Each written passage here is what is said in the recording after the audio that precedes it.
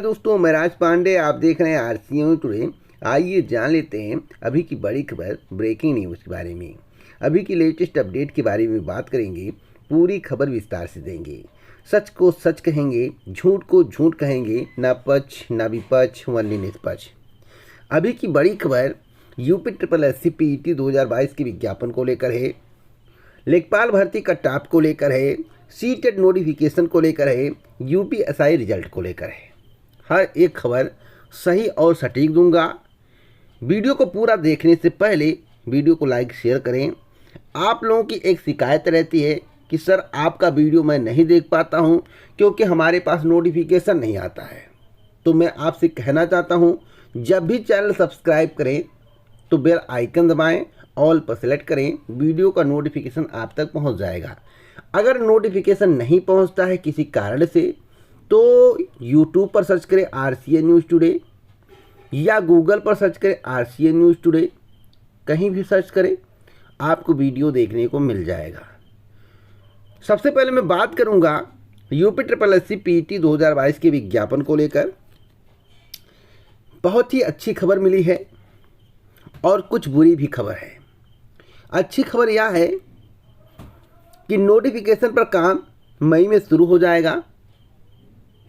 मई के लास्ट या जून माह से आवेदन प्रक्रिया शुरू होगी और परीक्षा सितंबर से लेकर सितंबर के लास्ट तक के लिए किसी भी हाल में करा लिया जाएगा। ये प्रक्रियाएं आयु में चल रही हैं। सितंबर के लास्ट तक किसी भी हाल में परीक्षा को कंडक्ट करा लिया जाएगा। अब आपकी जहन में एक सवाल होगा, क्या PET से पहले नया विज्ञापन नहीं आएगा? तो इसके संबंध में एक स्पेशल वीडियो बनाऊंगा जानकारी कलेक्ट करने के बाद। एक विज्ञापन पर चर्चा है, लेकिन कई विज्ञापन है। कौन सा विज्ञापन आएगा अभी शासन के द्वारा कोई भी निर्देश नहीं दिया गया है। इस कारण किसी विज्ञापन के संबंध में पुष्टि के बिना जानकारी देना सही नहीं है। अगली खबर है लेखपाल भर्ती कट-ऑफ को लेकर। आप लोग कई बार पूछते हैं और जैसे ही चुनाव समाप्त हुआ है सभी के जहन में उथल पुथल मचने लगा है।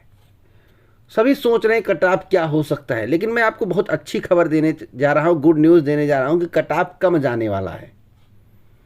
जो पहले आंकड़ा था 68-70, उसका आंकड़ा काफ़ी कम हो गया है। यानी कि अब 60 से 65 कट-ऑफ हो सकता है। 60 से 65 नंबर वाले मुख्य परीक्षा के लिए बैठ सकते हैं। मैं बात कर रहा हूँ 15 गुना, यानी कि 15 गुना कैंडिडेट अगर मुख्य परीक्षा के लिए बुलाए जाते हैं तो 15 से 65 से 60 के बीच में, यानी कि 60-65 के बीच में जो होंगे उन्हें मुख्य परीक्षा में बैठने का मौका मिलेगा। एक प्रक्रिया चल रही है पुनर्आवेदन के लिए, यानी कि मुख्य परीक्षा के लिए आवेदन के लिए। तो इस पर अभी कोई सहमति नहीं बनी है, एक चर्चा है, एक र्यूमर है। अभी आप इसे अफवाह भी मान सकते हैं। अगर सहमति बनती है तो कट-ऑफ जारी करने के बाद जो कट-ऑफ के अंतर्गत आएंगे उन्हें एक और आवेदन करना पड़ सकता है। अगर सहमति बनी नहीं तो जो लोग सेलेक्टेड होंगे नाम वाइज उनको मुख्य परीक्षा के लिए मौका दे दिया जाएगा। तो आप बातों को समझ गए होंगे। जनरल कैटेगरी वाले 60 और 65, OBC कैटेगरी वाले 57 से लेकर 62, SC कैटेगरी वाले काफ़ी कम 50 से लेकर 55 और ST कैटेगरी वाले 45 से लेकर 50 तक मुख्य परीक्षा में बैठ सकते हैं। इसकी उम्मीद जताई जा रही है। अभी तो यही चर्चा है। कट-ऑफ पर काम अप्रैल में शुरू होगा, परीक्षा में अभी विलंब होगा। बातों को समझ गए होंगे, जो भी जानकारी मैं आपको दे रहा हूं, क्योंकि कट-ऑफ हो सकता है कि 15 अप्रैल के बाद जारी किया जाए। अभी 15 अप्रैल में मंथन होगा, 15 अप्रैल नहीं, अप्रैल माह में मंथन होगा कि परीक्षा किस किस महीने कौन कौन सी परीक्षा को कंडक्ट कराया जाएगा। तो अभी मंथन नहीं हुआ है। अगर कोई आपको बताता ये परीक्षा इस समय होगी, ये परीक्षा इस समय होगी, भैया अभी कुछ मंथन नहीं हुआ है। उम्मीद है कि सबसे पहले जूनियर इंजीनियर की परीक्षा होने जा रही है 16 अप्रैल को, हमने आपको बताया था कि अप्रैल में कंडक्ट कराने की तैयारी चल रही है। तो जूनियर इंजीनियर के बाद एनम, फॉरेस्ट गार्ड और एसओ की परीक्षा सबसे पहले कराने की तैयारी है। उसके बाद लेखपाल, बोरिंग टेक्नीशियन इत्यादि परीक्षाएं होंगी। तो अगर आपको पूरी बात समझ में आ रहा हो तो कमेंट बॉक्स में ज़रूर बताइएगा। अगली अपडेट सीटेट नोटिफिकेशन को लेकर है।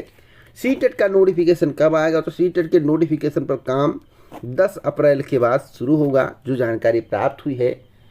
अप्रैल माह में नोटिफिकेशन जारी होने के 99% चांस हैं।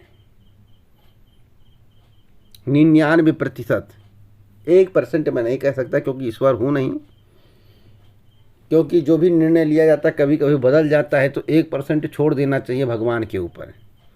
तो आप लोग सीटेट की अगर तैयारी कर रहे हैं तो तैयार रहिए। परीक्षा के लिए आवेदन अगर आपको करना, परीक्षा में प्रतिभाग करना, तो तैयार रहिए। अप्रैल माह में गुड न्यूज़ आपको मिल सकती है।